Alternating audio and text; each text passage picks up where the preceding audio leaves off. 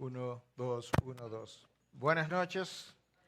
Gracias de nuevo por venir en un día como hoy, donde entiendo que algunos de los carros no podían circular o algunas de las placas no podían circular, de manera que aprecio mucho el esfuerzo que han hecho para estar con nosotros en el día de hoy, tal como se había, creo, anunciado, porque había uno de los tweets por ahí que hablaba de uno de los dos temas de esta noche que queríamos compartir y tiene que ver con el Evangelio y cómo eso luce en la vida diaria. Pero primero yo quisiera pausar, orar y presentarnos a Dios una vez más. Padre, nosotros te alabamos y te bendecimos y queremos reconocer que si estamos aquí en esta noche justamente porque el Evangelio hizo vida en nosotros. Yo no quisiera como expositor mal representar dicho evangelio. Es por eso que necesito de tu ayuda y quisiera incluso que me ayudara completamente a depender de ti, de tu espíritu y no de mi propia sabiduría.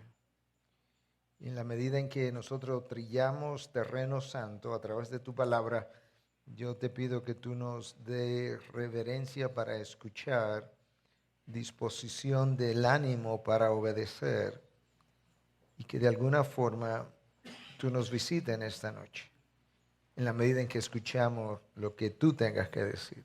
En Cristo Jesús. Amén. Amén. Bueno, no sé cuántos de nosotros seguimos las tendencias de aquellas cosas que están ocurriendo dentro y fuera de las iglesias. Pero si usted sigue esas tendencias dentro de la iglesia, hay una que ha estado siendo bastante evidente en los últimos 10 o 15 años, y es el énfasis, por lo menos en círculos de sana doctrina, que se ha estado haciendo sobre el Evangelio.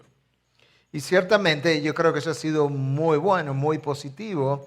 La pregunta que tenemos que hacernos es, ¿qué pasó hace 10 o 15 años que líderes dentro de la iglesia sana comenzaron a percatarse que había una necesidad imperante de volver a enfatizar algo que tenía 2000 años de historia?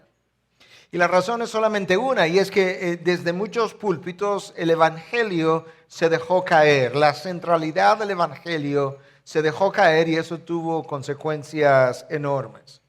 De manera que si usted revisa la literatura que ha sido publicada en los últimos 10 o 15 años, usted notará que hay una gran cantidad de esa literatura que tiene la palabra evangelio en su título. Y yo menciono eso porque ya no soy tan joven como era y yo pudiera hacer un recorrido con usted por las décadas y decirle en esta década este era el énfasis, en esta década este era el énfasis y ahora este es el énfasis que estamos haciendo, lo cual ha sido muy bien recibido.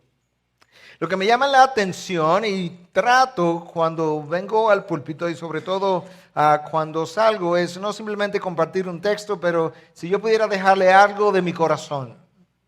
De tal forma que usted pudiera entender no solamente el texto, sino qué motiva a este predicador a compartir este tema y quizás no otro, a menos que me hayan otorgado un tema que muchas veces lo he preferido. Pero en este caso me dieron la libertad y gracias por hacer tal cosa y tener esa confianza. Entonces, en esta noche yo voy a simplemente no solo compartir algunos textos bíblicos, sino compartir mi corazón, por así decirlo. Y lo que quiero decir con eso es que yo he leído mucho acerca del Evangelio en los últimos 10 años, pero yo lo he visto mucho menos. El Evangelio vivido, el Evangelio que yo he leído, el Evangelio que yo he escuchado, tantas veces lo he visto mucho menos hecho realidad y me he hecho preguntas acerca de cuál es la razón de esa realidad que he observado. Y yo creo que el ser humano tiene una habilidad, una capacidad excelente de poder entender conceptos, ideas teológicas, definiciones, proposiciones que luego él no sabe cómo vivirlas o que luego él no las vive, pero como que no se percata de que realmente no está llevando a la práctica aquello que él está escuchando. Entonces tenemos un discurso o un vocabulario y tenemos una práctica disociada del vocabulario muchas veces. Si pensamos en el plano secular, los políticos son famosos por eso. No sé en su país, pero por lo menos en el mío, son famosos por tener esa dicotomía. Si pensamos en la Biblia y algunas de las cosas reveladas, en el primer siglo había un grupo de personas a los que Cristo llamó la atención justamente por apreciar una dicotomía similar, y Cristo les enseñó a sus ovejas a prestar atención a ese grupo, pero no necesariamente a hacer como ellos hacían. Escucha las palabras del Señor Jesús en Mateo 23:3. De modo, hablando de los fariseos, que haced y observad todo lo que os digan. Nota como Cristo no tiene ninguna dificultad con sus enseñanzas, por lo menos en el contexto en el que él estaba hablando. Prestar atención, observad todo lo que os digan, pero no hagáis conforme a sus obras, porque ellos dicen y no hacen. En el contexto que Cristo estaba hablando, evidentemente las enseñanzas a las que él se estaba refiriendo estaban bien, pueden prestar atención a eso, pero no se fijen mucho en sus estilos de vida, porque ese grupo se caracteriza por una vivencia que no va de acuerdo con lo que ellos enseñan. Entre los cristianos de la iglesia primitiva, yo creo que quizás la iglesia que pudiéramos decir retrospectivamente, hasta donde el texto nos permite ver, quizás la iglesia que mejor tipifica esa discrepancia es la iglesia de los Corintios. Una iglesia que tuvo a Pablo de predicador, de maestro, de discipulador, y sin embargo esa iglesia vivió dividida, uno pensando que eran de Pedro, otro de Pablo, otro de Cristo y algunos de nadie, supongo yo. Una iglesia que recibió dones de todos los colores, si pudiéramos usar la ilustración, pero los abusó. Donde hubo pecado de inmoralidad, donde hubo evidencia de glotonería a la hora del Señor, y sin embargo, las enseñanzas correctas ellos la tuvieron. A esos hermanos Pablo le predicó a Cristo y a este crucificado, pero ellos no supieron llevar a la práctica el Cristo crucificado del cual Pablo le habló. Y Pablo pasó una buena cantidad de tiempo con ellos. De manera que en esta noche yo quisiera en esencia hacer tres cosas. La primera, yo asumo que si usted está aquí probablemente entiende lo que es el Evangelio, pero no lo quiero asumir, y por eso voy a tomarme unos minutos simplemente para detenerme en ese primer punto, cómo entender lo que el Evangelio es. Número 2, yo quisiera ver cómo luce una vida transformada por el Evangelio. No una vida que oyó el Evangelio, que puede repetir el Evangelio. No una vida que oyó el Evangelio, lo abrazó y fue transformado por el poder del Evangelio. Y en tercer lugar, cómo luce o cómo enfrentar exitosamente los retos específicos que se presentan al vivir el Evangelio en lo que en inglés llaman el marketplace, en el lugar de trabajo. Hay retos de vivir el Evangelio en ese lugar donde yo voy a trabajar como persona, ¿verdad?, que necesita ir a trabajar en el mundo. Yo creo que es posible porque lo hemos visto. De hecho, la iglesia del siglo XX es culpable de eso, de poder entender muchas veces grandes verdades profundas de la palabra de Dios y relegar el Evangelio a un segundo plano. Uno pudiera decir, ¿cómo eso es posible? Pues sí, porque esa es la razón del gran énfasis en los últimos 10 o 15 años dentro de las iglesias, en algunos casos donde se predicó la palabra, pero donde el Evangelio estaba en un plano secundario. Yo creo que nosotros hemos perdido de vista que el Evangelio, en primer lugar, es la obra de Dios en la persona de Cristo y a través de la persona de Cristo. Y en segundo lugar, la redención del hombre como resultado de la obra de Dios en y a través de la persona de Jesús.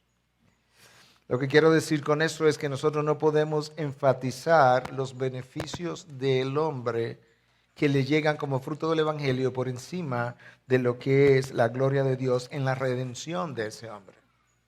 Nuestra predicación del Evangelio tiene que ser dioscéntrica y no antropocéntrica, no centrada en el hombre como se ha estado haciendo por tanto tiempo. Dios afirma categóricamente, de manera repetitiva en su palabra, que Él nos salvó para la alabanza de su gloria, de tal forma que la centralidad de la cruz y la resurrección de Cristo para la gloria de Dios Padre tiene que volver a ocupar el primer plano de la predicación y de las enseñanzas en todas las iglesias. Yo doy gracias a Dios por esta iglesia y su centralidad en la palabra, pero si hay algo que necesitamos reconocer es que mucha gente nos escucha de diferentes lugares y muchos pudieran decir ciertamente donde yo he estado, donde yo he sido alimentado, donde he visitado, quizás simplemente esa no ha sido la centralidad.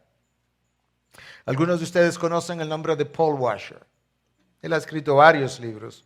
En uno de ellos esto es lo que él dice.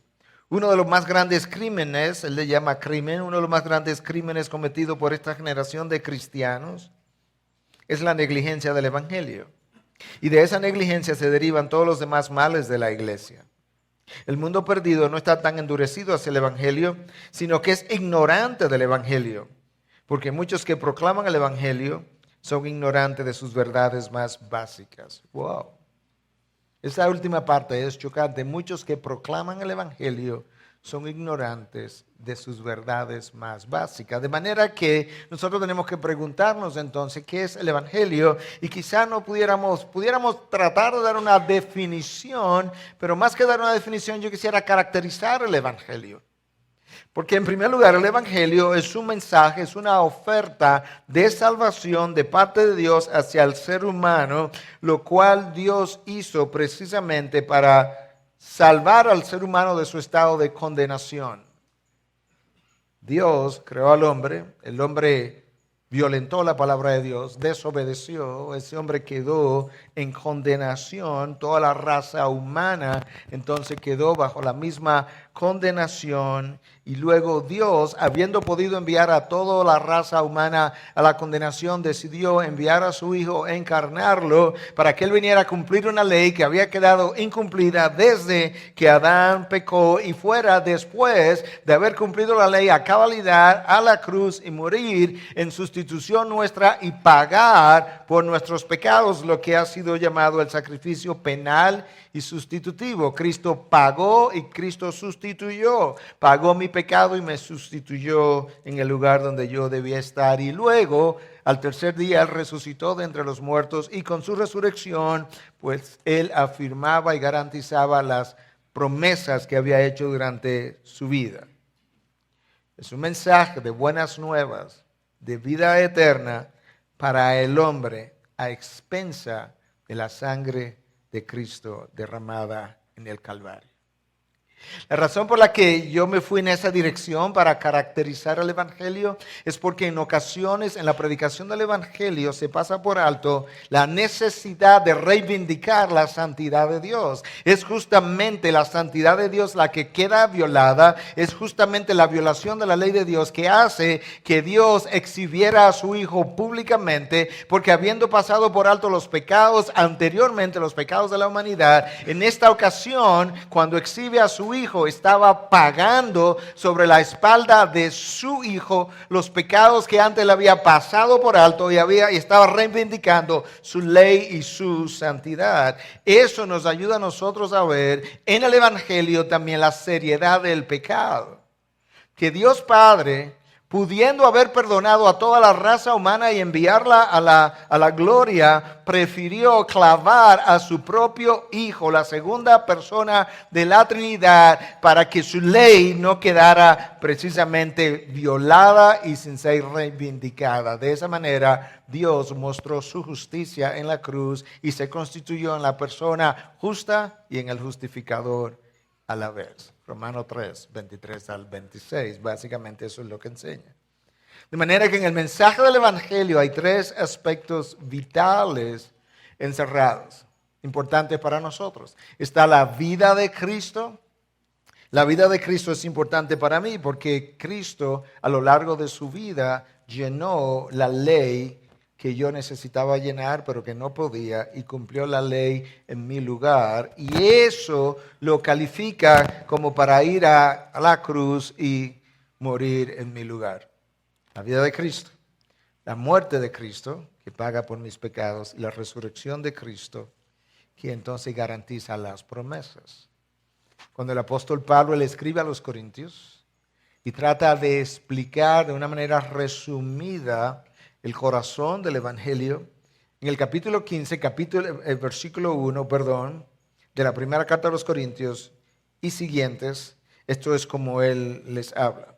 Ahora os hago saber, hermanos, el Evangelio. Tan pronto tú llegas ahí, tú entiendes que debes prestar atención porque Pablo está a punto de hacerles saber a ellos el Evangelio, justamente eso que queremos entender para luego ver cómo eso luce en la vida diaria. Os hago saber, hermanos, el Evangelio que os prediqué, el cual también recibisteis, en el cual también estáis firmes. La firmeza de su posición descansaba en el Evangelio que él le había entregado, por el cual también sois salvos, si retenéis la palabra que os prediqué, a no ser que hayáis creído en vano.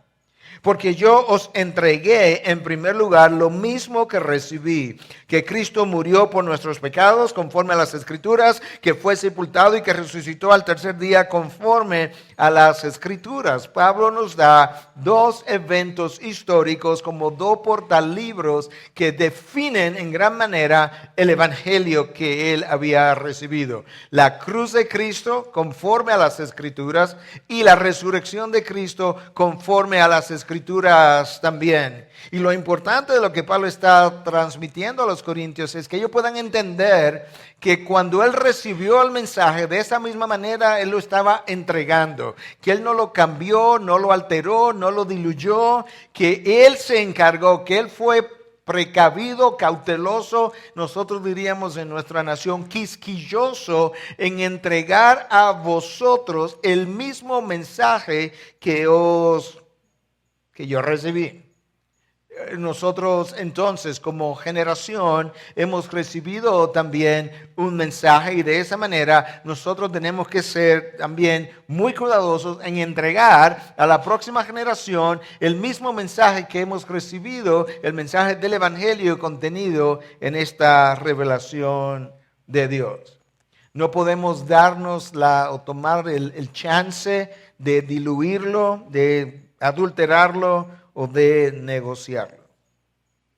Y ahora nosotros tenemos una idea de lo que el Evangelio es. Es un mensaje de salvación, de buenas nuevas, que proclama justamente que Cristo, después de haber cumplido con los requisitos de la ley, fue a la cruz, murió en nuestro lugar, pagó por nuestros pecados, sustituyó mi persona allí, resucitó entre los muertos y su resurrección selló, garantizó las promesas.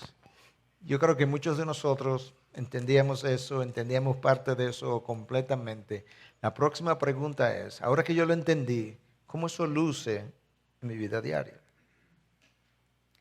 Y nosotros pudiéramos dar múltiples respuestas, pero si yo tratara de resumirlo, yo pudiera decir, bueno, por un lado, el Evangelio en la vida diaria luce como la persona descrita por Cristo en el Sermón del Monte. Tú lees las bienaventuranzas y un Evangelio vivido va a producir características como esa. Yo pudiera decir también, tú lees el libro de los Hechos, los primeros 4 capítulos del libro de los Hechos, y la manera como se describe o se describen los cristianos, los primeros creyentes, las características que fueron observadas en ellos, ¿sabes qué? Eso habla del poder de transformación del Evangelio. O alguien pudiera decir, bueno, si tú miras el fruto del Espíritu, yo creo que una persona con el fruto del Espíritu, vamos a hablar un poquito más de todas esas cosas más adelante, esa persona tiene que haber sido tocada por el poder del Evangelio. O alguien pudiera decir, bueno, yo pudiera todavía simplificarlo aún más y pensar en aquella famosa frase de Cristo cuando dijo, aprended de mí que soy manso y humilde de corazón. Cristo no dijo, aprended de mí que hablo o actúo mansamente, o que yo actúo o predico o enseño con cierta humildad. Eso no es lo que Él dice, no es lo que yo hago, es lo que yo soy. Aprended de mí que soy manso y humilde de corazón, en el interior, lo que me define. Y luego dice, y hallaréis descanso para vuestras almas. En otras palabras, la falta de esa paz y descanso de vuestras almas muchas veces habla de que nos falta humildad y mansedumbre, y una vida transformada por el poder del Evangelio va a comenzar a lucir como la vida de Cristo lució. O si uno mira la vida de Pablo, yo conversaba con Jairo hace unos minutos atrás y decía, tú lees la vida de Pablo y uno, como dirían en inglés, I don't get it, I don't get him. Yo no entiendo cómo este hombre vivió una vida tan bien vivida. Yo entiendo, porque esa es la perspectiva de vida, pero cómo lo pudo hacer tan consistentemente. De manera que la palabra tiene ejemplos, ilustraciones, historias para ayudarnos a ver eso. Sin embargo, yo creo que hay obstáculos en la vida de nuestra que muchas veces nos impiden llevar a cabo el Evangelio en mi vida diaria. Y yo voy a mencionar algunos. En primer lugar, yo creo que no hemos entendido bien algunos de los componentes del Evangelio. Algunos de los componentes detrás de esa cruz y detrás de esa resurrección y detrás de esa obediencia perfecta. Número dos, yo creo que nosotros vivimos en una sociedad individualista y tú no puedes vivir el Evangelio en dicha sociedad. El Evangelio se vive en comunidad. El Evangelio luce mejor en medio de una comunidad. Y en tercer lugar, nosotros nos sentimos satisfechos muchas veces conociendo la verdad sin vivir la verdad. Es como, imagínate un poco esto, la persona que va al gimnasio y hace ejercicio de una manera bastante disciplinada todos los días y luce un buen cuerpo como fruto de estar en el gimnasio, pero luego el resto del día él come de una forma tan desorganizada que su colesterol está alto, que su azúcar acaba de subir, pero él va al gimnasio disciplinadamente. Y yo creo que a veces nosotros hacemos esa gimnasia con el Evangelio, con la verdad, es una gimnasia mental. Y nos sentimos bien como el que va al gimnasio y hace esa gimnasia, pero luego no vivimos conforme al gimnasio que hicimos, o la gimnasia que hicimos con la verdad, sino que nuestra vida luce desordenada. Entonces, pensando en algunos de los componentes detrás del mensaje del Evangelio que nosotros no observamos, a nosotros se nos olvida que detrás de ese mensaje hay una humillación del Hijo que dejó su gloria y se encarnó. Y yo tengo que recordar eso porque ese ejemplo de Filipenses 2 me llama a mí a vivir de una manera similar. A nosotros se nos olvida que hay detrás de ese mensaje un componente de sacrificio hasta el punto de hacerse siervo, sufrir la muerte y muerte de cruz. Se nos olvida que detrás de ese mensaje hay una dosis de gracia sobre gracia que la persona de Jesús vino a derramar sobre nosotros y que la única razón por la que estamos aquí en esta noche es justamente porque esa gracia sobre gracia fue derramada sobre nosotros. Y hay un perdón incondicional que nosotros hemos recibido, que a la hora de yo vivir el Evangelio, yo necesito extender hacia otros. La razón por la cual nosotros debemos estar dispuestos a perdonar lo inexcusable, decía Spurgeon, es porque a mí se me ha perdonado lo inexcusable. Y esto es parte del Evangelio que yo necesito llevar a mi vida diaria. Un hombre impactado por el Evangelio, verdaderamente impactado por el Evangelio, es pobre en espíritu. Como enseñó Cristo en el Sermón del Monte, bienaventurado, es un bendecido, es un bienaventurado, porque en su pobreza de espíritu, este hombre llegó a entender que él estaba en bancarrota espiritual y que él no tenía ningún mérito posible para merecer el perdón de Dios. Y a la hora de ir y vivir eso, él no se considera superior a otro, ni con mejores méritos, ni con derecho a mejores privilegios. Él pudiera decir como Pablo, yo soy el peor de los pecadores.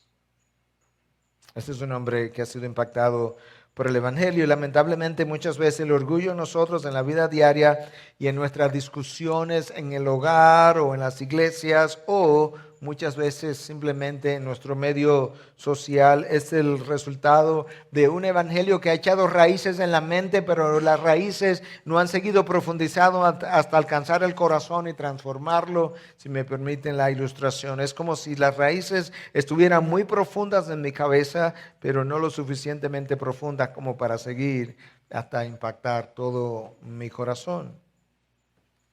Ese hombre impactado por el evangelio sabe llorar por su pecado y sabe llorar por el pecado del otro.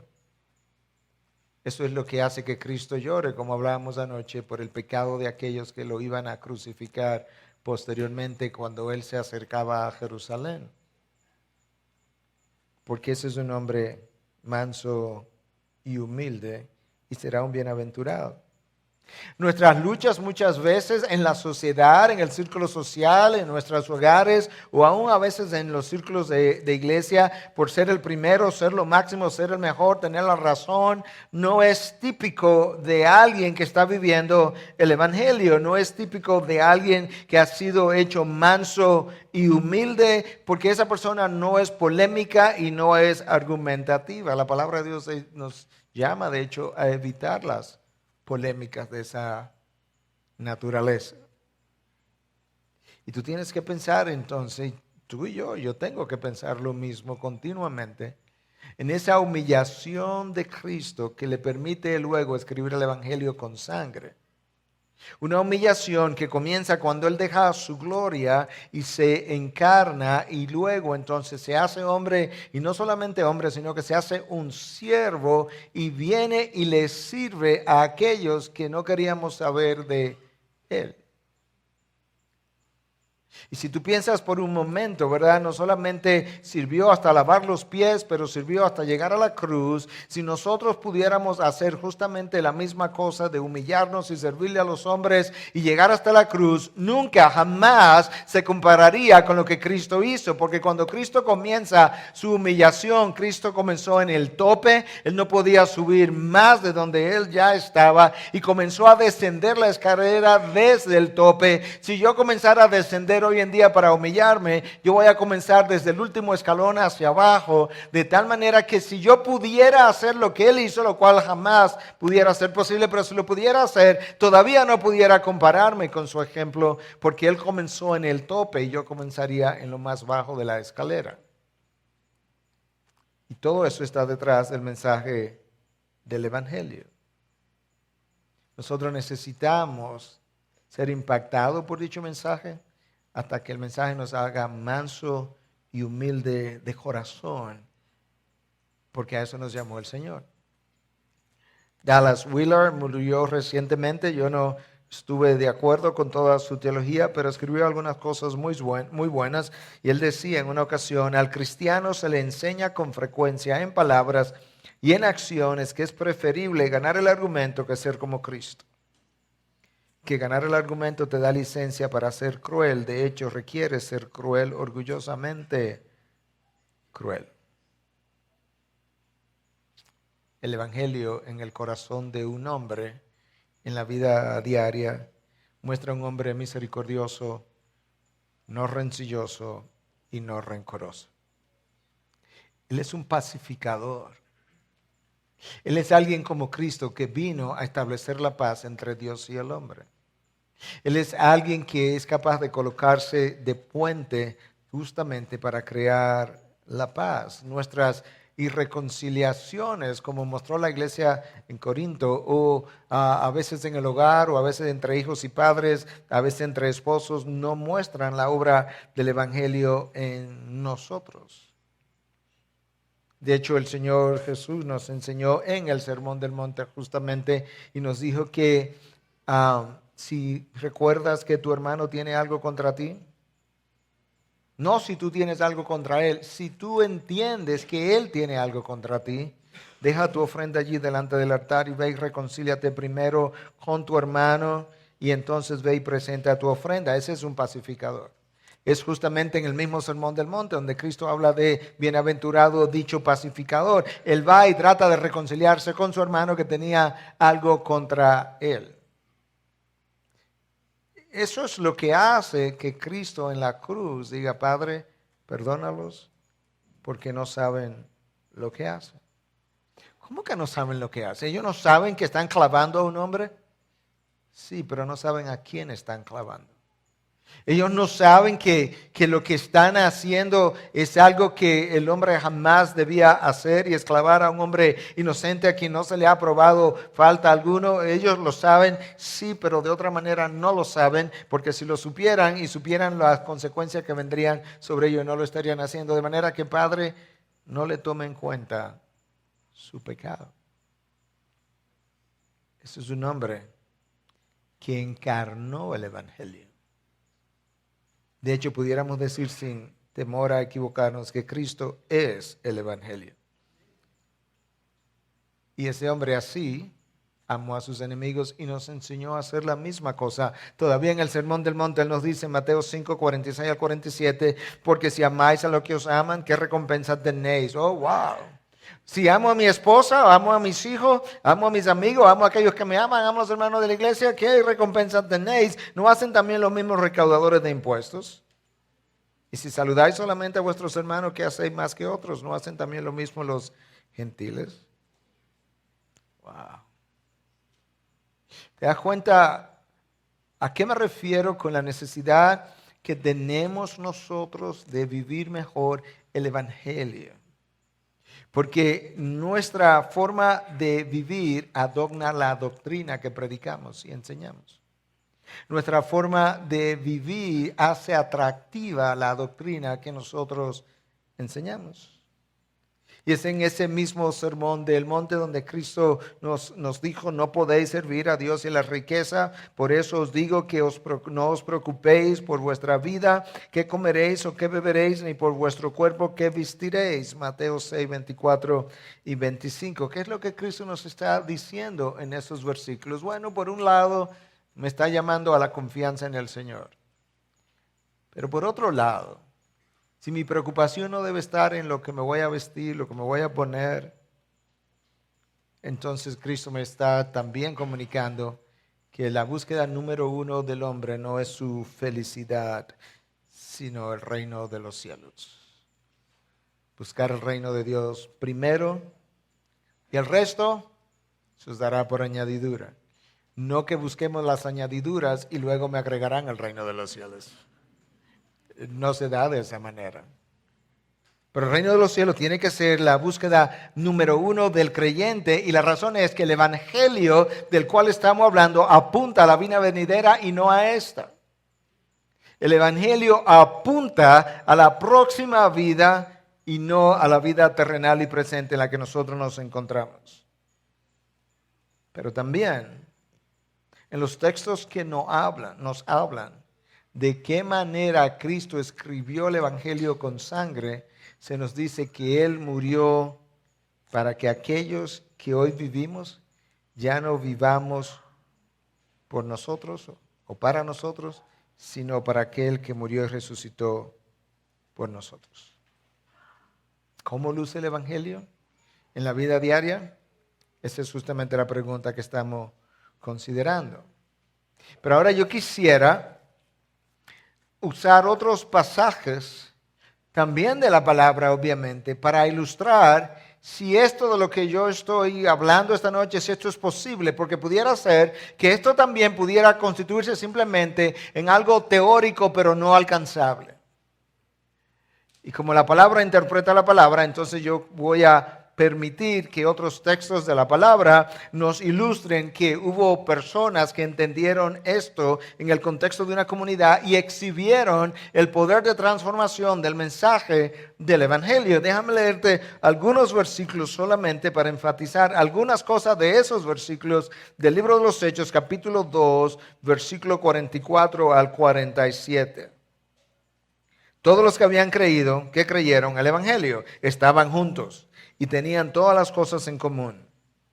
Vendían todas sus propiedades y sus bienes y los compartían con todos, según la necesidad de cada uno. Día tras día continuaban unánimes en el templo y partiendo el pan en los hogares, comían juntos con alegría y sencillez de corazón, alabando a Dios y hallando favor con todo el pueblo. Y el Señor añadía cada día al número de ellos lo que iban siendo salvos. Yo no estoy proponiendo que vendamos todo lo que tenemos. Pero sí lo que estoy diciendo es que el estilo individualista de Occidente en gran medida no es compatible con el Evangelio. Que el vivir acumulando cosas en nuestros hogares que otros necesitan no es compatible con el Evangelio. Que la mayoría de nosotros, no sé si todos, tenemos más de lo que necesitamos y damos menos de lo que debemos. La mayoría de nosotros tenemos más de lo que necesitamos y damos menos de lo que debemos. Estos hermanos en condiciones subideales de persecución y de pobreza, porque la iglesia primitiva no tenía recursos, comían juntos, escucha cómo, con alegría y sencillez. La circunstancia a su alrededor no determinó el estado de su hombre interior. Esta gente tenía no solamente sencillez de corazón, sino alegría que disfrutaban el uno con el otro. De tal forma que el espíritu de quejumbre de nuestra generación no es típico de alguien que ha sido impactado por el poder del Evangelio. Esta es la generación más provista de todas las generaciones de la historia humana, la que más tiene. Y según los análisis, es la generación que más se queja, más inconforme.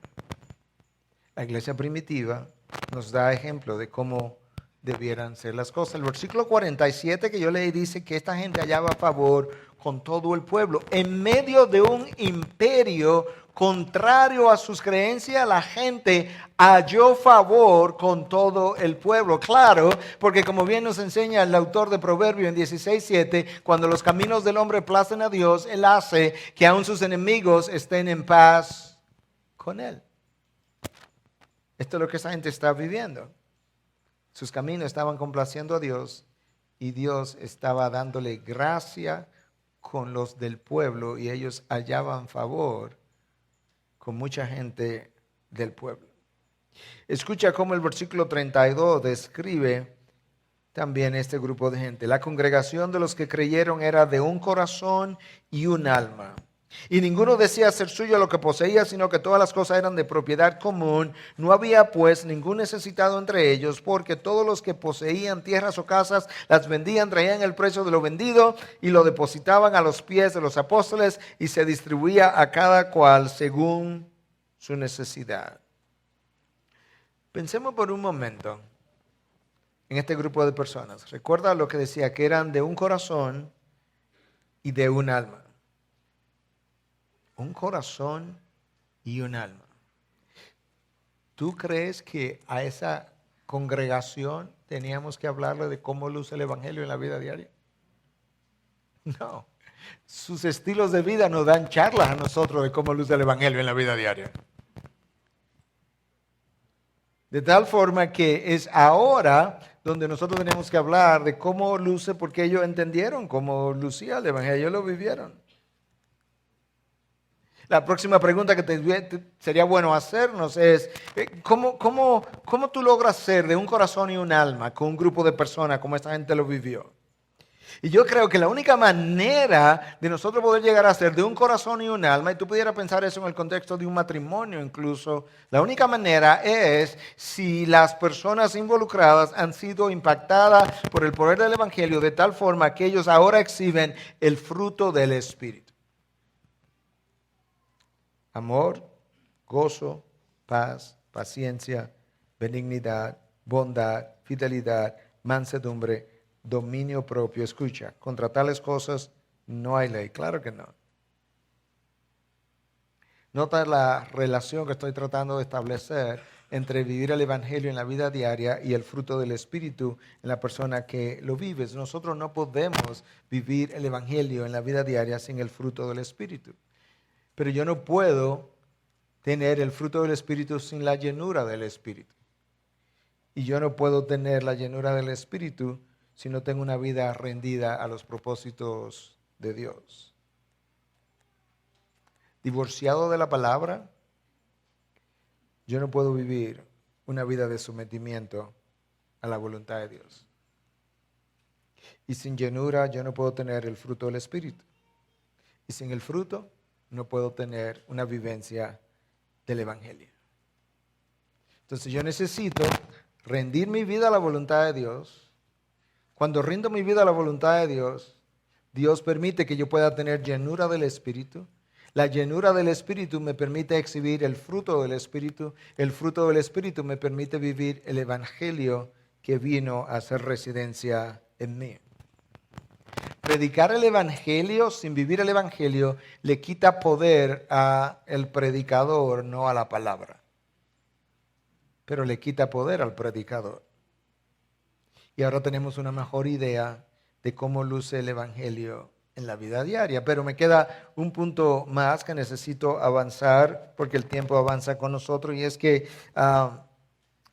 el Evangelio necesita ser exhibido en el lugar de trabajo, en el marketplace. Y algunos de ustedes conocen, quizá ya todos, porque anoche el pastor Antonio hizo alusión a eso. Yo soy médico, hago muy pocos casos hoy en día, casos de segunda y tercera opinión, pero cuando estuve en Estados Unidos viviendo por 15 años, yo hice medicina a tiempo completo. Y yo sé cuáles son los retos que presenta vivir en el lugar de trabajo y vivir el Evangelio en dicho lugar. Yo pudiera compartir con ustedes, le dije que compartía mi corazón, que le he dicho a nuestra iglesia y a otras iglesias donde he estado que una de mis mayores frustraciones, y lo pudiera decir más de mi iglesia en el sentido que es la que mejor conozco, ¿verdad? Porque cuando visitas de un lugar no conoces los estilos de vida cada quien, pero una de mis mayores frustraciones muchas veces es ver la dicotomía entre lo que el domingo se predica, se dice, se escucha e incluso se aplaude y se dice amén, gloria a Dios, y luego lo que se vive el resto de la semana. Porque mucha gente que yo he conocido, profesionales, cristianos, bautizados, que están en grupos bíblicos, que incluso a veces ocupan posiciones de liderazgo, cuando los veo trabajar en el mundo secular, no pudiéramos notar la diferencia entre quién es cristiano y quién no es. Y entonces yo tengo que preguntarme, si los que están alrededor no pueden notar la diferencia entre el médico impactado por el poder del Evangelio y el médico que no conoce el Evangelio, ¿cuál es la diferencia que el Evangelio hace en la vida diaria? Y eso es cierto del abogado, y es cierto del arquitecto, y es cierto del ama de casa, y es cierto del pintor, y es cierto de cada persona que ha sido visitado por el Evangelio.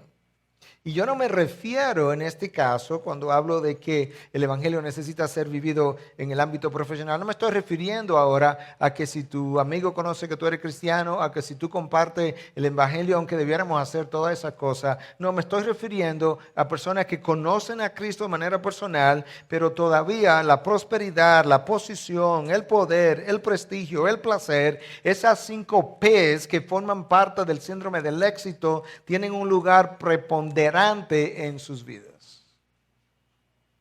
Posición, prosperidad, poder, prestigio, placer.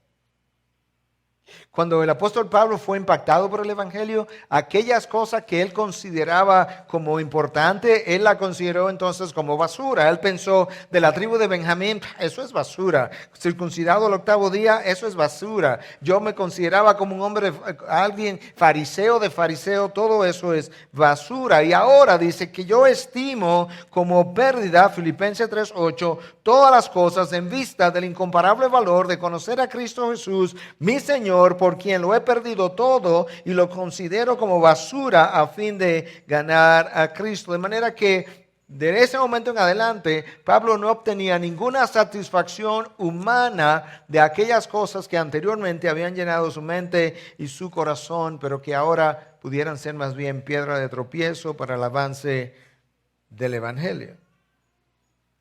La pregunta sería, ¿cuál sería la fórmula para evitar que el síndrome del éxito nos arrope como hombres y mujeres impactadas por el Evangelio a la hora de ir a trabajar en el mundo secular, si ese es nuestro caso? Yo quiero sugerir que lo que necesitamos es una nueva cosmovisión compatible con los valores del reino. Y para hacer eso, yo quiero leerte un texto de Pablo en la segunda carta a los Corintios, capítulo 5, para que tú puedas ver una cosmovisión completamente distinta, que si es vivida en la sociedad, ese hombre podrá resistir los retos que le presenta el tener que desenvolverse en dicho medio. A partir del versículo 14, 2 Corintios 5. Pues el amor de Cristo nos apremia, habiendo llegado a esta conclusión que uno murió por todos, por consiguiente todos murieron. Eso tiene que ver con el Evangelio, ¿cierto? Y por todos murió, para que los que viven ya no vivan para sí, sino para aquel que murió y resucitó por ellos. De manera que nosotros de ahora en adelante ya no conocemos a nadie según la carne, aunque hemos conocido a Cristo según la carne. Sin embargo, ahora ya no le conocemos así. Dos cosas tienen que ocurrir para vencer los riesgos y las tentaciones a lo que hemos hecho alusión. En primer lugar, no podemos seguir viviendo para nosotros mismos, versículo 15. Eso es uno. A la hora de yo ir afuera a vivir el Evangelio, no puedo seguir viviendo para mí mismo. Y número dos, yo no puedo seguir considerando a los demás según la carne. Ser cristiano no es simplemente tener una vida moral y pagar los impuestos y tener un vocabulario decente. No es simplemente tener una esposa sumisa, una esposa idónea y tener hijos más o menos obedientes, aunque eso es importante. Pero a la hora de ir al ambiente laboral, yo tengo que recordar que yo tengo un amo, que yo tengo a alguien que compró mi vida, que yo le pertenezco a alguien, que cómo es posible que Cristo haya podido morir por mí y yo no pueda ahora vivir por él. Pablo estaba consciente que su vida ya no era suya. Para los que ahora viven, ya no vivan para sí, sino para aquel que murió por ellos. Él le pertenecía a alguien que era su amo, pero su amo y propietario no era un capataz de esclavo, sino un hombre misericordioso.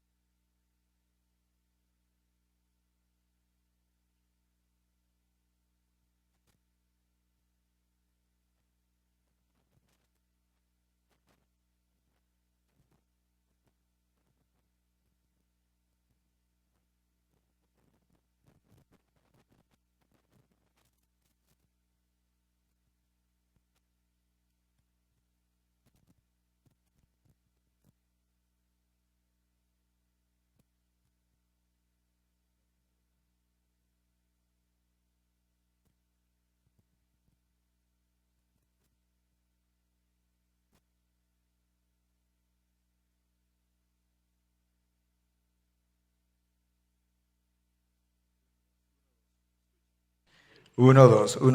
Okay. Gracias, Antonio. Eso es parte de vivir el Evangelio y ser agradecido en todo tiempo.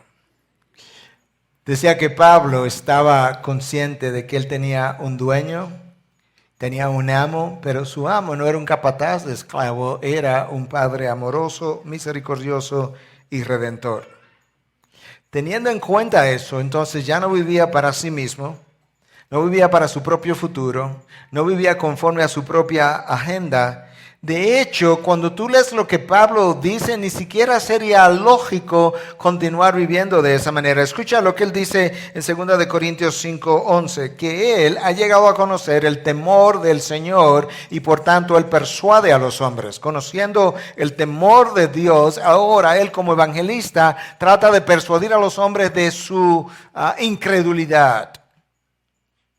Después de haber experimentado el amor de Cristo, versículo 14 del texto que acabamos de leer, y después de creer que Él murió en nuestro lugar, en el mismo versículo 14 del texto que acabamos de leer, una y otra vez Pablo es como que Él está reflexionando y diciendo, después que yo conozco el amor de Cristo, después que yo conozco lo que es el temor del Señor, después de yo entender que Él murió por mí, no es lógico que yo continúe viviendo como vivía antes, de tal manera que ahora mi vida luce completamente transformada y distinta y tiene una orientación ya no terrenal del aquí y el ahora, sino una orientación eterna para lo que es la vida venidera.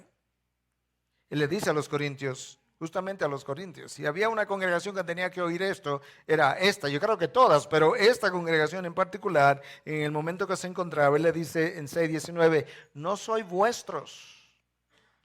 ¿Por qué vivís así? No soy vuestros. 6:20. Porque habéis sido comprado por precio. Glorificad pues a Dios en vuestros cuerpos.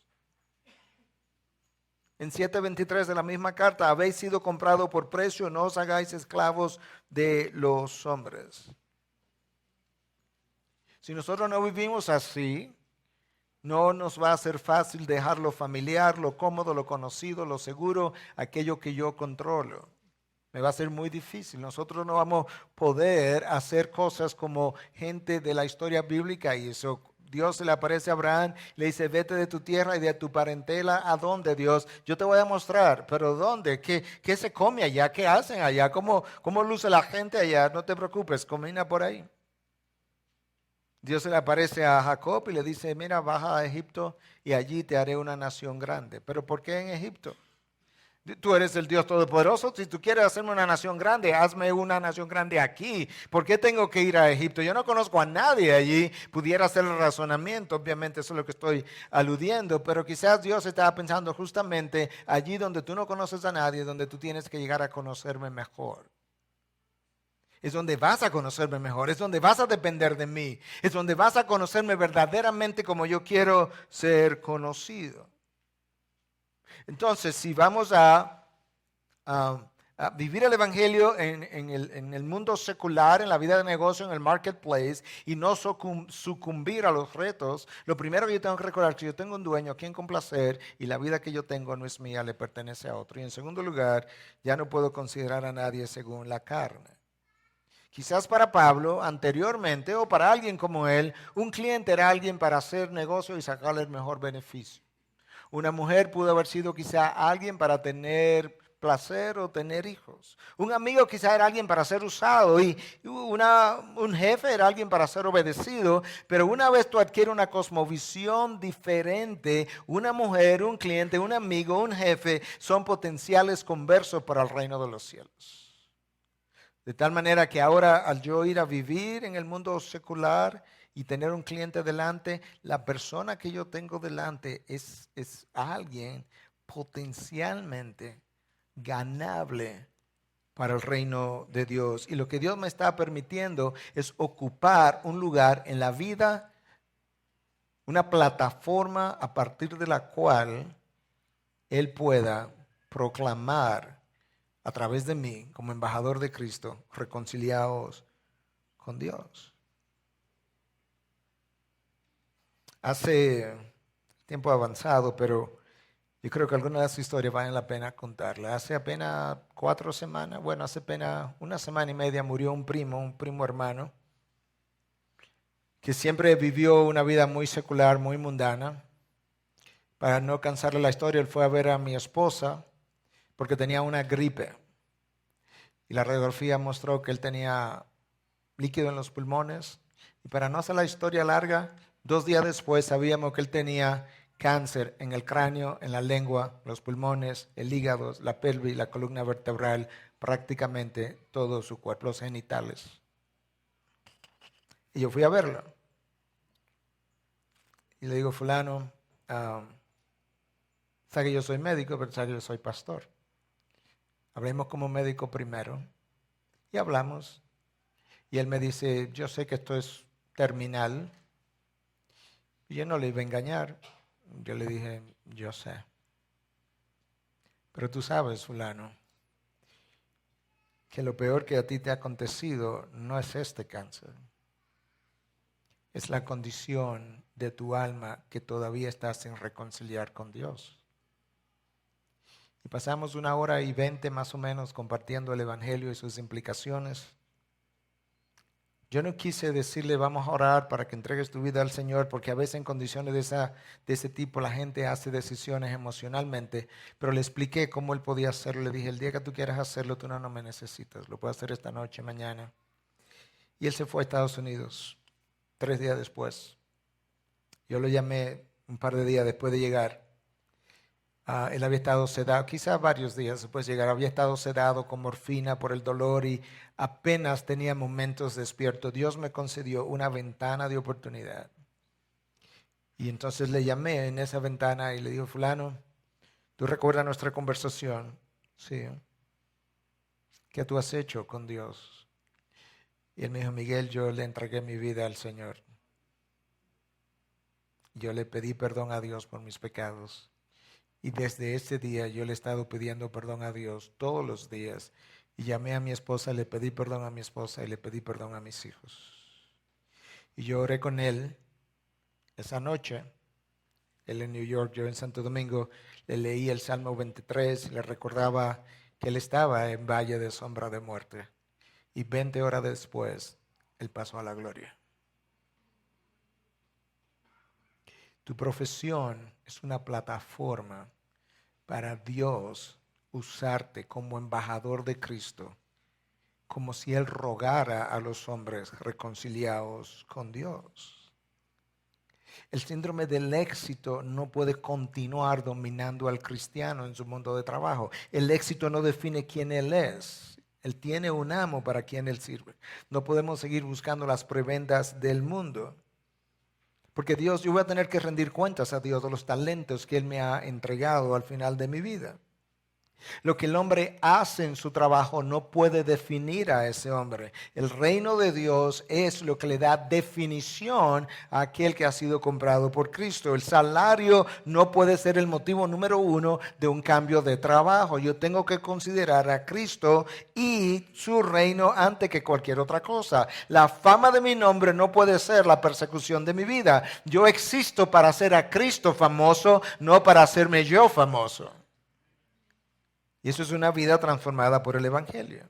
El control de mi vida o de los demás no puede ser la motivación del creyente, porque ese control le pertenece a Dios y sobre todo si tú eres hijo de Dios, Él es tu amo y tú le perteneces por completo a Él. Tenemos que vivir de esa manera porque de lo contrario continuaremos día a día persiguiendo la satisfacción de nuestra infelicidad, inseguridad, inferioridad, intranquilidad, insatisfacción, insuficiencias en cosas que Dios llama cisternas que no retienen agua, cuando Él es la fuente de satisfacción.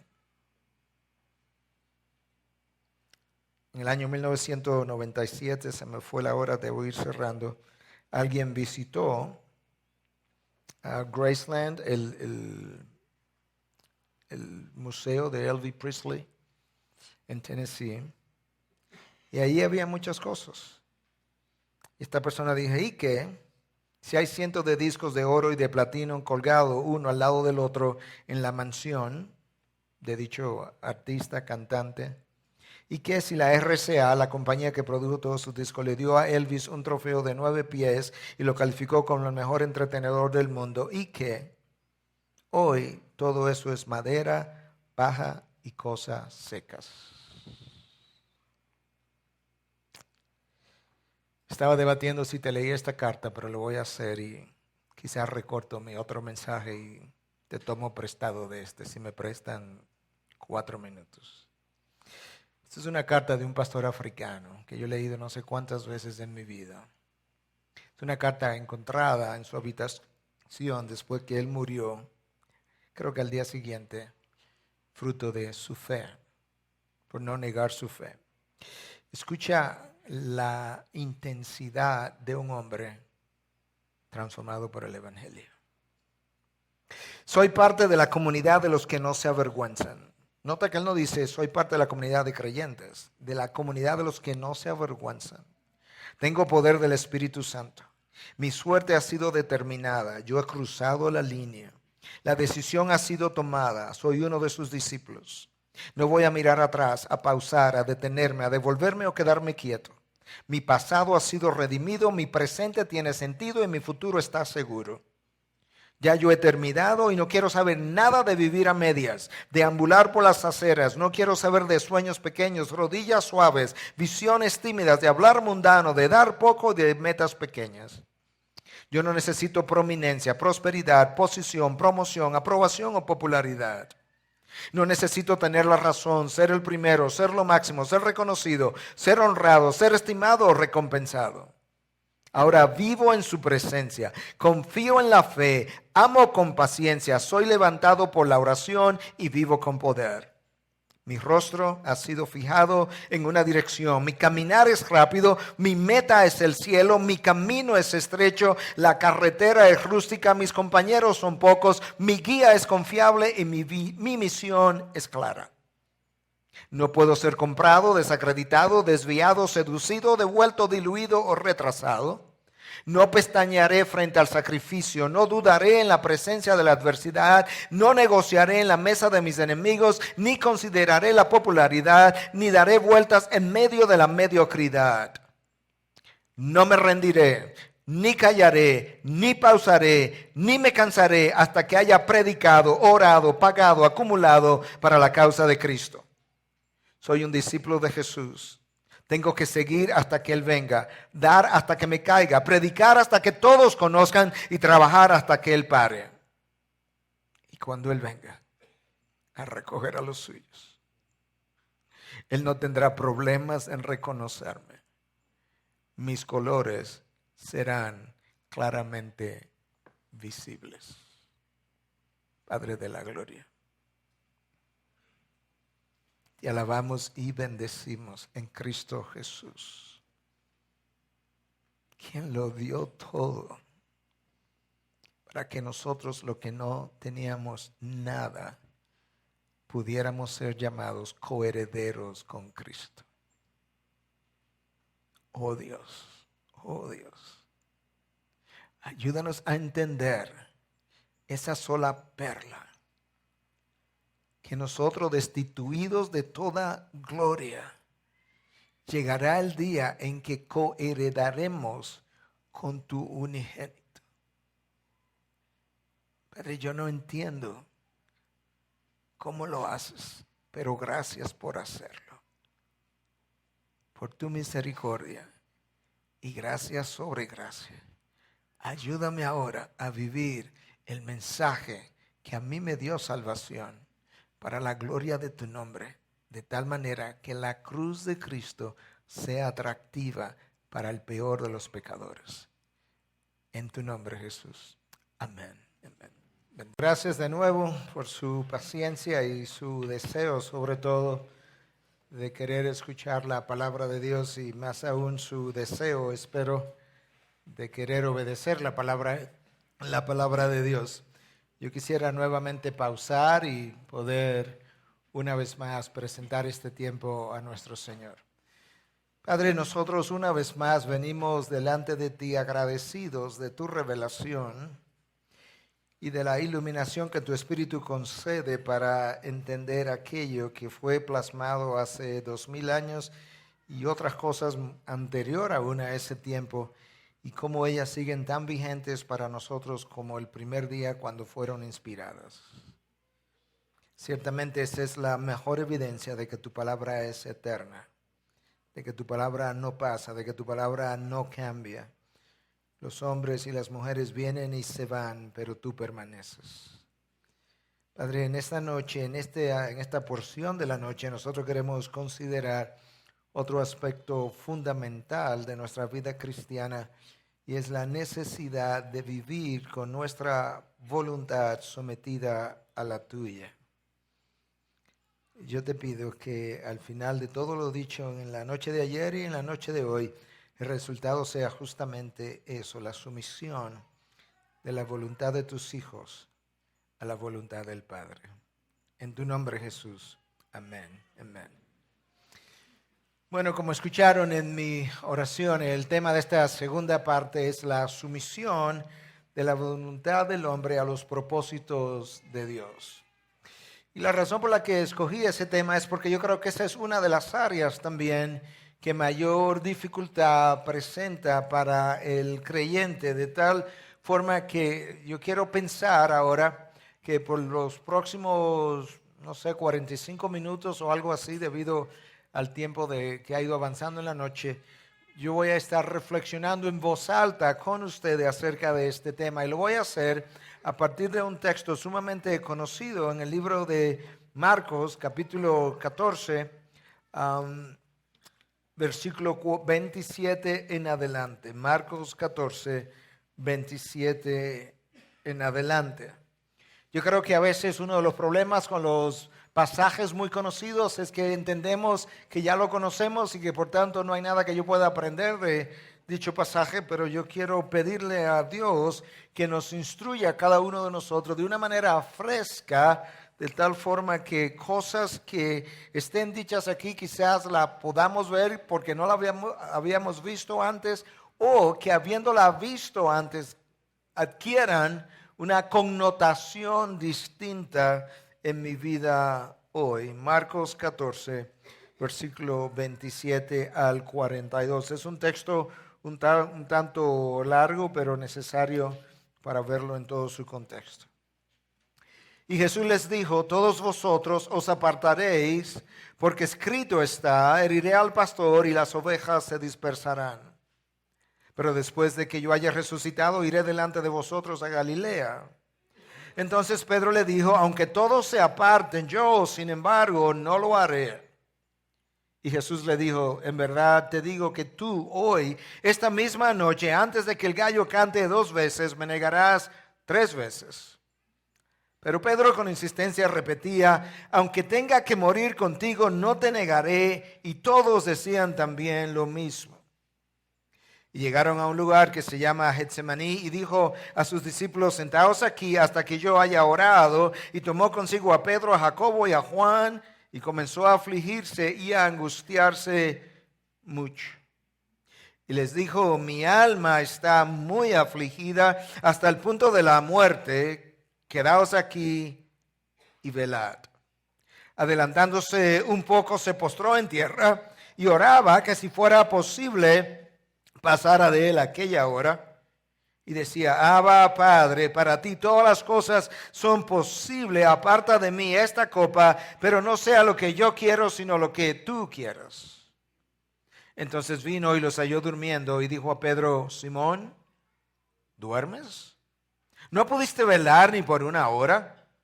Velad y orad para que no entréis en tentación. El espíritu está dispuesto, pero la carne es débil.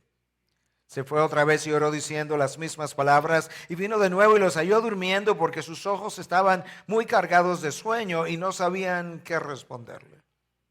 Vino por 3ª vez y les dijo: ¿todavía estáis durmiendo y descansando? Basta ya, ha llegado la hora. He aquí el Hijo del Hombre es entregado en manos de los pecadores. Levantaos, vámonos, mirad, está cerca el que me entrega. Este pasaje, o en el pasaje anterior a este, debo decir, Jesús instituyó la comunión, la Santa Cena, en este aposento alto, una noche antes de el morir, donde él había anunciado y la había inaugurado el nuevo pacto en su sangre, y de ahí ellos partieron hacia Getsemaní, de tal forma que con toda probabilidad este texto que yo leí, esta conversación probablemente se dio entre la cena del Señor y la llegada al huerto de Getsemaní. Y tú puedes ver o tú puedes sentir en el aire como algo pesado acerca de lo que estaba a punto de ocurrir. Y al final tú encuentras a Jesús en Getsemaní haciendo algo que tú y yo no sabemos muchas veces cómo hacer. Y el título de mi mensaje es Mi sumisión a su voluntad. Y en ese título hay dos ideas que revolotean en nuestra mente continuamente. Una tiene que ver con la voluntad de Dios y la otra tiene que ver con la sumisión a ella. Yo creo que todos nosotros en algún momento de nuestra vida cristiana, quizás ahora mismo, hemos estado en condición o hemos querido conocer la voluntad de Dios y hemos luchado a veces por someternos a dicha voluntad. Y el interés por conocerla ha variado. En ocasiones queremos conocer la voluntad de Dios porque si coincide con lo que yo quiero hacer, pues me siento afirmado en la dirección en la que voy. Pero cuando esa voluntad es contraria a lo que hemos venido pensando y otras veces incluso planificando, entonces nosotros comenzamos como a luchar, a veces nos rebelamos, nos airamos y a veces hasta nos llegamos a deprimir. Y todos esos son indicadores de que someterse a la voluntad de Dios no es algo natural para el ser humano. No es algo que Él hace de manera espontánea para usar el lenguaje de computadora. Ese no es nuestro default mode. Esa no es la manera como nosotros voluntariamente y naturalmente nos inclinamos. A veces nosotros queremos conocer la voluntad de Dios para tomar una decisión, y eso es bueno. Otras veces nosotros queremos o luchamos por no aceptar la voluntad de Dios.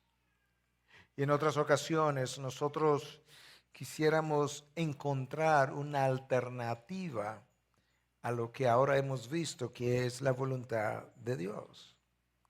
Pero yo tengo que recordar que solamente el sometimiento a la voluntad de Dios es lo que puede traer paz a mi vida y que por otro lado, con nuestra aceptación de los propósitos de Dios, es cuando frecuentemente nosotros podemos, o mejor dicho, la no aceptación de los propósitos de Dios es lo que frecuentemente a nosotros nos llena de tristeza, de lucha, de ira, de depresión en ocasiones. Emociones todas muy típicas del corazón humano. Pero yo quisiera ver algunas cosas en el texto acerca de la realización o la obediencia a la voluntad de Dios. Y lo primero que yo quiero que veas es que el sometimiento a la voluntad de Dios muchas veces implica el permanecer solo o el permanecer en la soledad por el abandono en ocasiones de tus más íntimos colaboradores. Versículo 27. Y Jesús les dijo, todos vosotros os apartaréis porque escrito está, heriré al pastor y las ovejas se dispersarán. En ese anuncio hay dos anotaciones que yo quiero hacer. Número uno, nadie quedó excluido. Todos vosotros se apartaréis, todos, no hay excepción. Y número dos, esto no tomó por sorpresa al Señor Jesús, escrito está. De hecho, esto es algo que él sabía antes de su encarnación. El profeta Zacarías había documentado justamente lo que iba a ocurrir en esa noche. En 13:7 dice, hiere al pastor y se dispersarán las ovejas.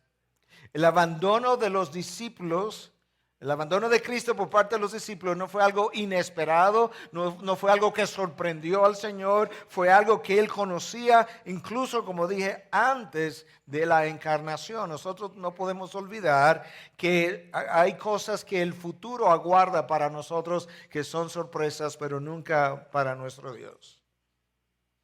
Cristo hace el anuncio, Pedro no lo cree. Versículo 29, aunque todos se aparten, yo, sin embargo, no lo haré.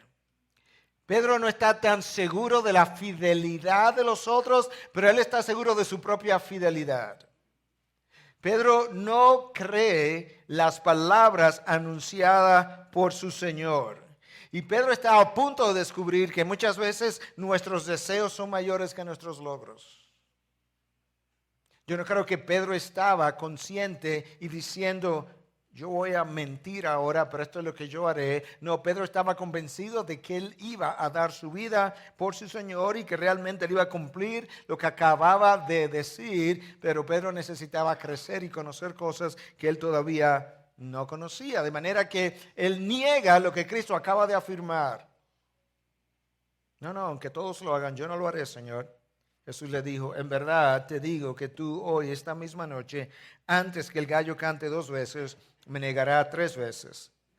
Pero Pedro, con insistencia, repetía, no pasas por alto esas 2 palabras, con insistencia y repetía, aunque tenga que morir contigo, no te negaré. Escucha la anotación ahora de Marcos, y todos decían también lo mismo. En esas palabras que yo acabo de leer hay una cierta intensidad en el vocabulario del Señor Jesús. Escucha, en verdad, tú hoy, esta misma noche, antes de que el gallo cante 3 veces me negarás, antes que el gallo cante 2 veces me negarás 3 veces. Hay una intensidad, son palabras muy específicas, son palabras muy directas, muy precisas. En verdad, créelo, yo te lo aseguro, yo te lo afirmo. Es una manera categórica del Señor a afirmar algo. Pedro, tú, el que acabas de decir eso. ¿Y sabes qué, Pedro? No será muy lejano el día cuando eso ocurra, será hoy. De hecho, ¿sabes qué? Esta misma noche. La madrugada no va a llegar, Pedro, sin que tú descubras lo que tú eres capaz de hacer. Yo no sé si tú puedes como colocarte en el ambiente, en el aire de esa noche, pero yo me imagino ahí oyendo al Señor hablar con cierta determinación, con cierta finalidad de sus palabras y de su vida, diciendo estas cosas tan pesadas, para luego más adelante Pedro descubrir no solamente que él lo iba a abandonar, él lo iba a negar. Y no solamente lo iba a negar una vez, no solamente lo iba a negar 2 veces, lo iba a negar 3 veces. Pedro ha afirmado que él no lo va a abandonar, pero Pedro lo que no conoce es que él es capaz de hacer algo peor que abandonarlo, es que habiéndolo abandonado lo va a negar. Y Pedro afirma de manera categórica y de manera recurrente, Pedro repetía con insistencia que él jamás haría eso. Aunque tenga que morir contigo, no te negaré. Pedro no solamente lo dijo una vez, sino que lo repitió. Lamentablemente, muchas veces nosotros tenemos que caer para darnos cuenta de que somos capaces de peores maldades que aquellos a quienes hemos condenado. Lamentablemente, muchas veces nosotros tenemos que caer para descubrir que somos capaces de peores maldades que aquellos a quienes hemos condenado. Pedro hace la afirmación, el resto le hizo el coro, como decimos en nuestro país, y todos decían también lo mismo. Todos se creían incapaces, todos se creían fieles, todos se creían capaces de dar su vida por su maestro. Y la realidad es que, de cierta manera, al igual que ellos, todos nosotros nos creemos mejores de lo que somos y somos peores de lo que somos, de lo que no creemos. Déjame repetir eso otra vez. Todos nosotros creemos o nos creemos mejores o queremos ser mejores de lo que somos y somos peores de lo que pensamos. Si Dios nos abriera los ojos y nos permitiera ver nuestro interior como Él lo puede ver, ¿te imaginas lo que veríamos? Eso es lo que hace que Isaías, en un momento dado, ante la santidad contemplada de Dios, se sienta como arruinado, como deshecho, undone, dice el lenguaje en inglés, como que lo han deshecho, lo han hecho pedazos, porque él era un hombre de labios impuros y vivía en medio de un pueblo de labios impuros. Pedro hace el anuncio porque él estaba contando simplemente con el deseo de su corazón en ese momento. Como nos pasa a nosotros, que muchas veces pensamos y decimos y afirmamos cosas contando con el deseo del corazón, pero hay dos cosas que frecuentemente nosotros descontamos. Una es la debilidad de la carne y la otra es que estamos en medio de una lucha espiritual contra huestes espirituales de maldad en las regiones celestiales. Pablo nos recuerda eso.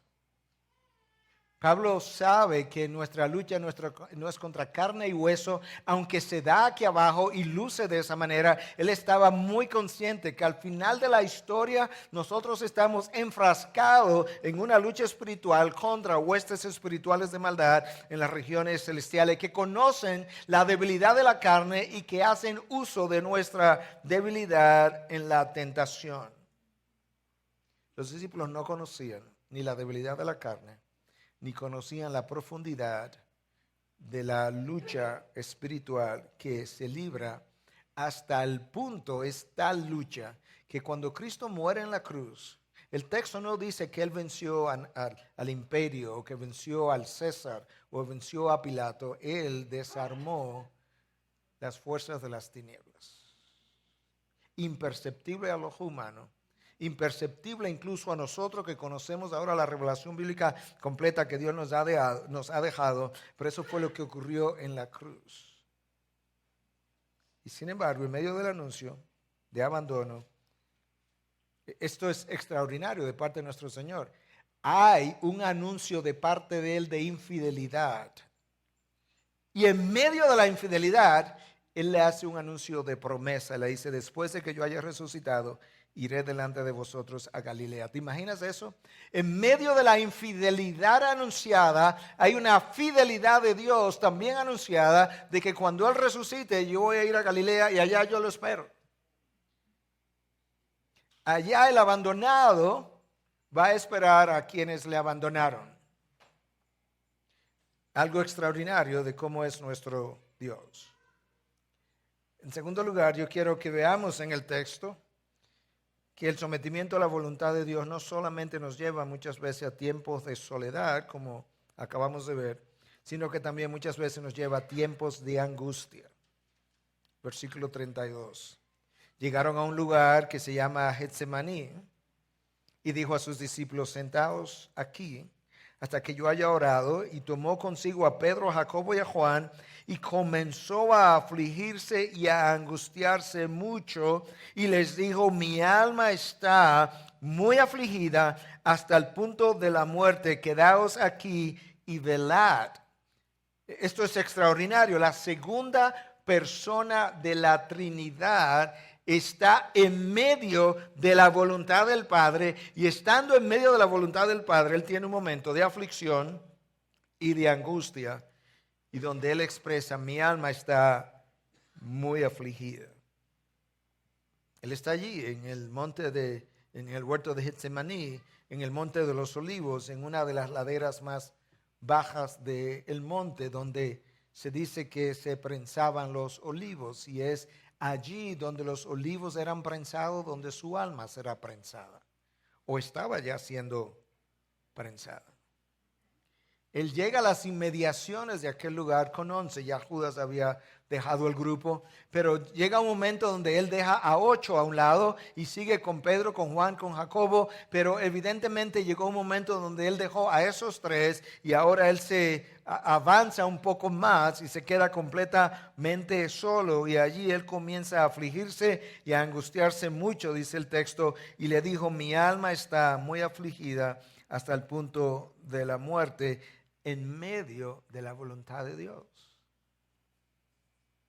Nosotros muchas veces pensamos que hacer la voluntad de Dios, que si la hacemos siempre estaremos en paz, siempre estaremos en gozo, siempre estaremos tranquilos, siempre estaremos sin problemas. En realidad, lo que causó la mayor cantidad de los problemas de Jesús y de Pablo fue hacer la voluntad de Dios. El abandono de sus más sanos, más cercanos compañeros. le produjo probablemente tristeza a Jesús. Él está triste en el huerto de Getsemaní. Quizá la tristeza tenía múltiples factores y uno pudo haber sido el abandono de sus más cercanos colaboradores. Quizá la condición espiritual de estos 11 con quien él trabajó por dos o tres años corridos. ¿Te imaginas eso? Yo comentaba ayer con el pastor Luis Contreras en un momento dado, o en la noche que nos recibió, como el mejor grupo pequeño que tú pudieras concebir, donde Dios vino y se encarnó, de manera que tenían como pastor, como discipulador, como maestro, como el expositor de la palabra a la misma palabra. La palabra viva exponiendo la palabra. ¿Te imaginas eso? Se muda con ellos y 3 años después, uno lo vende, otro lo niega, otro quiere sentarse a la mano derecha, el otro a la mano izquierda, el otro dice que no cree que ha resucitado, a pesar de que las mujeres ya dieron testimonio, los 2 discípulos de Maús dieron testimonio, los otros 10 dieron testimonio. Pues no lo creo, a menos que no meta mi dedo en la llaga, no lo creeré. Uno de los 12 que pasó 2 o 3 años con el mejor discipulador, maestro, pastor del mundo, Dios hecho hombre. Quizás la condición espiritual de ellos lo entristeció.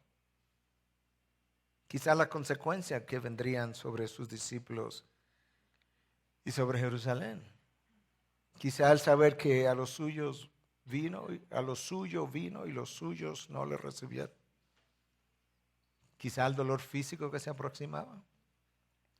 Quizás el abandono del Padre en la cruz que también venía de camino. Quizás la debilidad de la carne que él experimentó en algún momento. Yo creo que si hay algún momento donde tú y yo podemos ver claramente la humanidad de Jesús, es aquí. Él está angustiado, él está triste, él está afligido y él comienza a sudar gotas de sangre.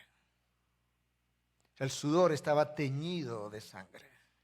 Eso es un fenómeno médico conocido como hematidrosis, donde bajo circunstancias de estrés físico y emocional extremo hay hemorragias en las glándulas sudoríparas, y eso ha sido documentado tanto en hombres como en animales, y entonces el sudor sale teñido de sangre. ¿Te imaginas la intensidad del estrés físico y emocional de Jesús a horas de su crucifixión, en medio de la voluntad de Dios? En tercer lugar, yo quiero que tú veas que el someternos a la voluntad de Dios no solamente nos lleva muchas veces a tiempos de soledad y angustia, sino que también va a demandar de mucha oración y frecuentemente de intensa oración. Hay un momento en que Jesús deja a Pedro, Juan, Jacobo, se queda solo. Él le dice: quedaos aquí y velad, versículo 34. Se adelanta un poco, se postra en tierra y oraba que si fuera posible pasara de él aquella hora, y decía: Abba, Padre, para ti todas las cosas son posibles, aparta de mí esta copa, pero no sea lo que yo quiero, sino lo que tú quieres. Yo creo que la posición de postración de Jesús en este momento, el judío tendía a orar de pie, pero la posición de postración yo creo que era indicativo de su sumisión a lo que el Padre estaba pidiendo. Jesús revela en este momento completamente su humanidad en estas palabras: Padre, para ti todas las cosas son posibles. Él no está ahí ahora en tribulación, en Getsemaní, como la segunda persona de la Trinidad. Él está más bien como el hombre que nos va a representar a cada uno de nosotros. Claro, no habiendo abandonado su divinidad, pero Él está sufriendo como un hombre que va a ir a la cruz en nuestra sustitución. Y Él está pidiendo al Padre la posibilidad, que es como que escarba, escudriña en tu mente infinita y tu sabiduría infinita acerca de la posibilidad de alguna alternativa de llevar a cabo este plan sin que yo tenga que llegar a la cruz. Pero al final, Padre, yo a la vez te digo: no sea lo que yo quiero, que no se haga mi voluntad, sino la tuya. Jesús en Getsemaní se quedó solo. Jesús en Getsemaní entregó la última fibra de su voluntad. Jesús en Getsemaní lucha con la debilidad de la carne, no en rebelión, en oración, en sumisión, postrado, en búsqueda de una posible alternativa si la voluntad del Padre así lo permitiera.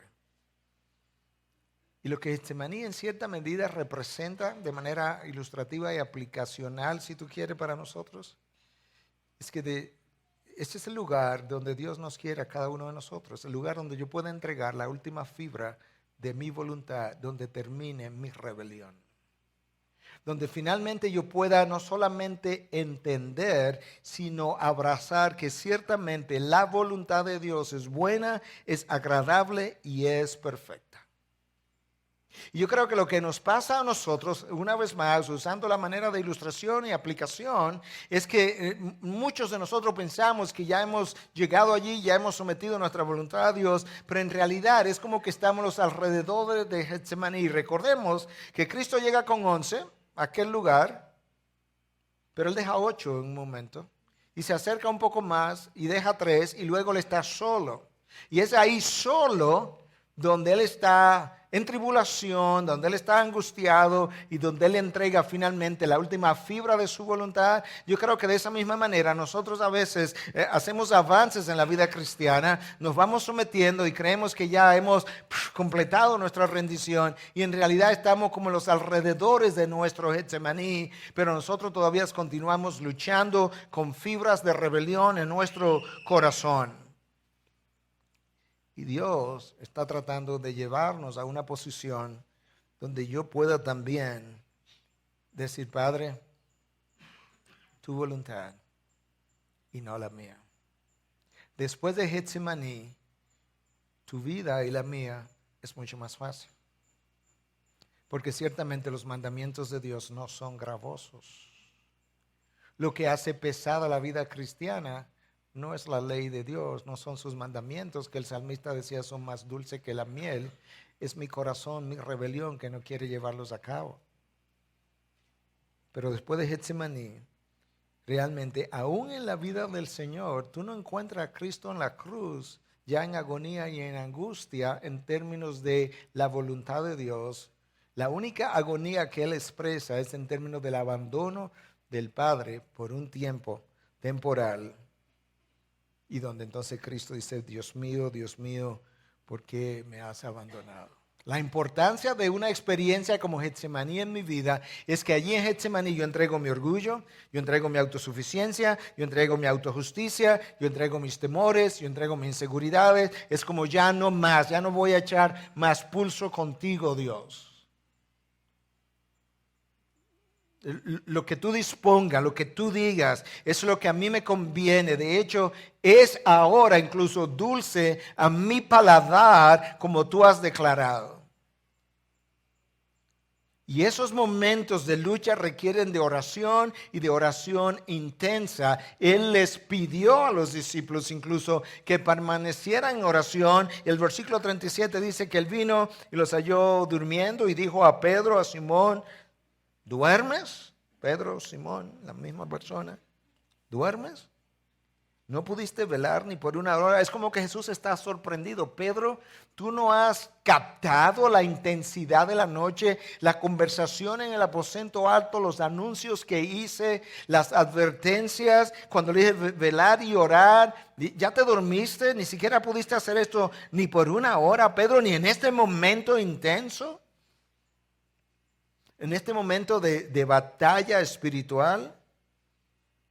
Ahora, escucha la razón de la instrucción de Jesús para velar y orar, para que no entréis en tentación. Y ahora algo que Pedro estaba a punto de conocer. El espíritu, Pedro, está dispuesto, pero la carne es débil. ¿Te acuerdas, Pedro? Perdón.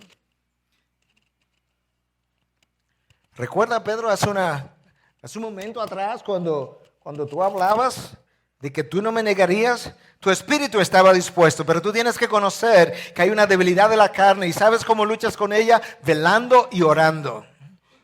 Tú velas, tú estás alerta, tú estás percibido de las cosas que pudieran ser tentaciones que vienen a ti y tú permaneces en oración, porque en oración mi Padre te va a guiar. Yo te voy a guiar, el Espíritu de Dios te va a guiar. El enemigo es como un león rugiente que anda buscando a quien devorar. Eso requiere el velar. Y Dios entonces nos pide orar para Él podernos dirigir, porque en la oración nosotros hacemos varias cosas. Número uno, nosotros confesamos nuestra dependencia de Dios. Nosotros confesamos cuán incapaces somos en nosotros mismos. Número dos, en oración Dios trae a la mente cosas que quizás no estamos considerando, pero que necesitamos considerar. En la oración Dios renueva nuestras fuerzas. Cristo fue visitado en el huerto de Getsemaní por un ángel. Nosotros tenemos la morada del Espíritu y en oración Dios nos fortalece. En oración Dios nos ilumina y nos da entendimiento acerca de las circunstancias en medio de las cuales nos encontramos, porque nosotros no estamos orando para cambiarle la voluntad a Dios, nosotros estamos orando para entrar en los propósitos de Dios. Esa es la finalidad de la oración. La oración va a nutrir mi fe. Cuando yo ore como Dios me guía a orar, poniendo en mí tanto el querer como el hacer, y yo vea la respuesta a mi oración, mi fe está siendo alimentada. Pablo experimentó la lucha de una carne débil y un espíritu dispuesto. Y en Romanos 7 él dice, es que yo no entiendo lo que me pasa. En el hombre interior yo me deleito en la ley de Dios, pero yo veo otra ley en los miembros de mi cuerpo que hace guerra contra la ley de mi mente, me hace prisionero de la ley del pecado que está en mis miembros. Porque el querer está presente en mí, pero no el hacerlo. Oh, wow. Por el hacer el bien, no está. Y yo tengo que estar consciente de qué manera el pecado es atractivo a mi carne y continuamente está tratando de seducirme. Déjame darte la mejor definición práctica, no teológica, no en términos de lo que la palabra amartía pudiera significar o nada de eso, sino una definición práctica que la mamá de los hermanos Wesley le dio, Susana Wesley, a John Wesley en un momento dado cuando John le preguntó, mamá, ¿qué es pecado? Escucha cómo esta mujer sabia, yo creo, en ese momento dado, cómo lo definió. Y le dice, mira hijo, pecado es cualquier cosa que debilite tu razonamiento, altere la sensibilidad de tu conciencia, oscurezca tu apreciación de Dios o te quite la pasión por las cosas espirituales. En pocas palabras, cualquier cosa que aumente el poder o la autoridad de la carne sobre tu espíritu, eso para ti se convierte en pecado independientemente de cuán bueno sea en sí mismo. Wow. Cualquier cosa que altere lo que es tu discernimiento de Dios, de las cosas espirituales, que te robe pasión por las cosas de Dios, independientemente de cuán bueno pudiera ser para otro, para ti eso es pecado. Los discípulos estaban a punto de entender la manera como la carne es débil ante el pecado y la necesidad entonces de velar y orar. Jesús se fue otra vez a orar y volvió y dijo las mismas cosas y luego regresó, vino de nuevo, versículo 40, los halló durmiendo porque sus ojos estaban muy cargados de sueño y no sabían qué responderle. El sueño los venció, era natural, estaban cansados, sin embargo Cristo los reprende. Cristo los reprende por algo que es natural y es que estoy cansado, tengo sueño, es la madrugada, Jesús, estamos en esto por horas. ¿Qué pretendes? Bueno, lo que ocurre es que en momentos como estos, aún aquellas cosas naturales como dormir y descansar, requieren que yo haga otra cosa como el velar y orar. Y esa es la razón por la que él regresa. Le dice, pero ni siquiera por una hora pueden hacer esto. Dios sabe a la vez cuán débil somos, que de polvo hemos venido y al polvo volveremos. Jesús, el texto, de Mateo 26, el texto paralelo nos dice que Jesús oró de esta manera, aparta de mí esta copa, pero no sea lo que yo quiero, sino lo que tú quieras, y eso fue la tercera vez. Eso dice que Jesús estaba angustiado, Jesús estaba tratando de encontrar una alternativa. ¿Y cómo lo hizo? A través de la oración. Porque la oración es el instrumento a través del cual Dios nos prepara para la batalla. Jesús estaba en medio de una batalla espiritual. Tú y yo estamos en medio de una batalla espiritual. Cuando Jesús regresa ya finalmente después de haber entregado la última fibra de su voluntad, dice, basta ya. En el lenguaje original es una expresión un tanto extraña, es una expresión de exasperación. Ha llegado la hora, he aquí el Hijo del Hombre es entregado en manos de los pecadores, levantaos, vámonos, mirar, está cerca el que me entrega. Y con eso Jesús anuncia la llegada de Judas. Una vez Jesús termina de orar, Jesús está listo para la cruz. Una vez Jesús entrega la última fibra de su voluntad, Él está listo para ser clavado. Él voluntariamente va a la peor experiencia de su vida. En cierta manera, en Getsemaní, Él mostró mucho más angustia que en la cruz. Porque era la lucha de la voluntad de Dios, su sometimiento y la debilidad de la carne. En el interín, hasta que nosotros no nos sometamos de esa manera, nosotros nos resistimos, nos rebelamos, nos airamos, nos deprimimos, nos desalentamos y luchamos. Pero todo en vano. Pero una vez tú y yo nos rendimos a los propósitos de Dios, a partir de ese momento en tu vida, lo que sigue es una vida mucho más fácil.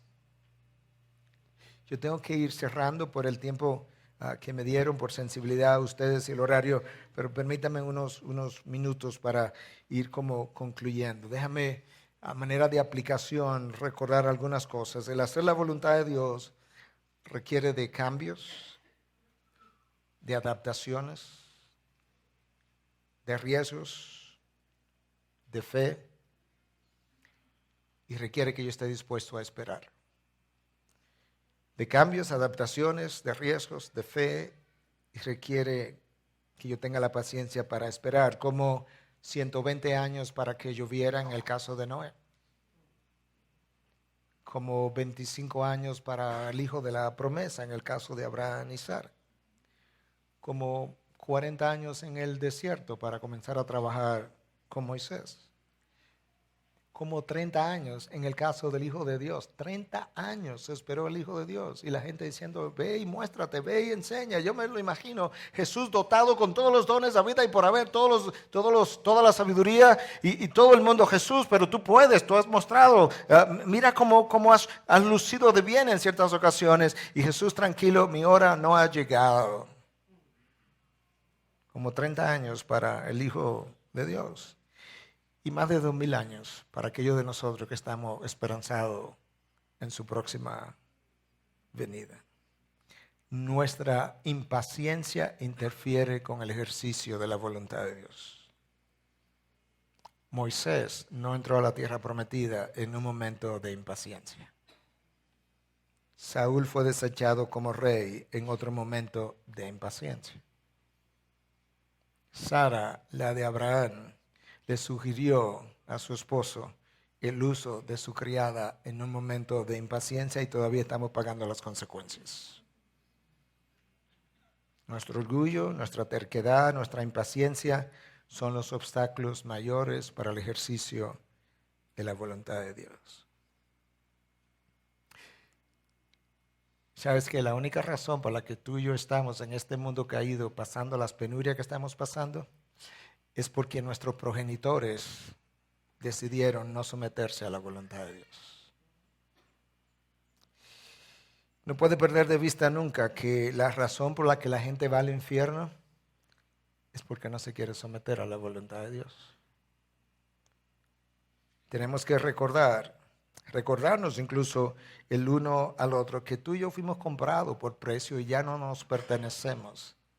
Y que por tanto ahora tú y yo que vivimos, no vivimos para nosotros, sino para aquel que nos compró. Y eso requiere sometimiento a su voluntad. No podemos olvidar que nuestras voluntades están profundamente influenciadas por el pecado y la suya es buena, agradable y perfecta. La rebelión nuestra a la voluntad de Dios, en nuestra manera de decirle a Dios, tu voluntad es mala, es desagradable y es imperfecta. El pensar que Dios puso en nosotros su espíritu para que ya no viviéramos la vida en el poder de la carne, sino en el poder de su espíritu y que insistamos en vivirla en el poder de la carne, es negar una realidad que ya Dios hizo por nosotros. El hecho de que Dios no nos creó para ninguna otra razón que no fuera para su gloria, como Él declara en Isaías 43:7, a todo aquel que yo he llamado, todo aquel que yo he creado para mi gloria. Yo necesito recordar que yo no estoy aquí para vivir mi propia vida, sino para glorificar a aquel que me dio la vida. Eso solo, que yo fui creado, concebido, pensado en la mente de Dios desde toda la eternidad y posteriormente llamado a salvación en el tiempo con un solo propósito, es glorificar a mi Creador y a mi Redentor, debiera ser suficiente para yo terminar rindiendo la última fibra de mi voluntad. Y si pensamos que un cantante hace todo el esfuerzo posible, practica, ensaya por largas horas para ir y deleitar a una audiencia, ¿no debiéramos nosotros deleitar a nuestro Dios, que ha hecho el mayor esfuerzo posible y sacrificio entregando a su Hijo en una cruz, clavado y ensangrentado? Si un cantante lo hace para una audiencia terrenal y pecaminosa, ¿cuánto más no debiéramos nosotros esforzarnos por deleitar al autor de nuestra salvación? Padre, gracias por la posibilidad de reflexionar brevemente acerca de las implicaciones de someter nuestra voluntad a la tuya. Gracias por tu santa voluntad para con los tuyos. En Cristo Jesús. Amén. Amén. Bendición.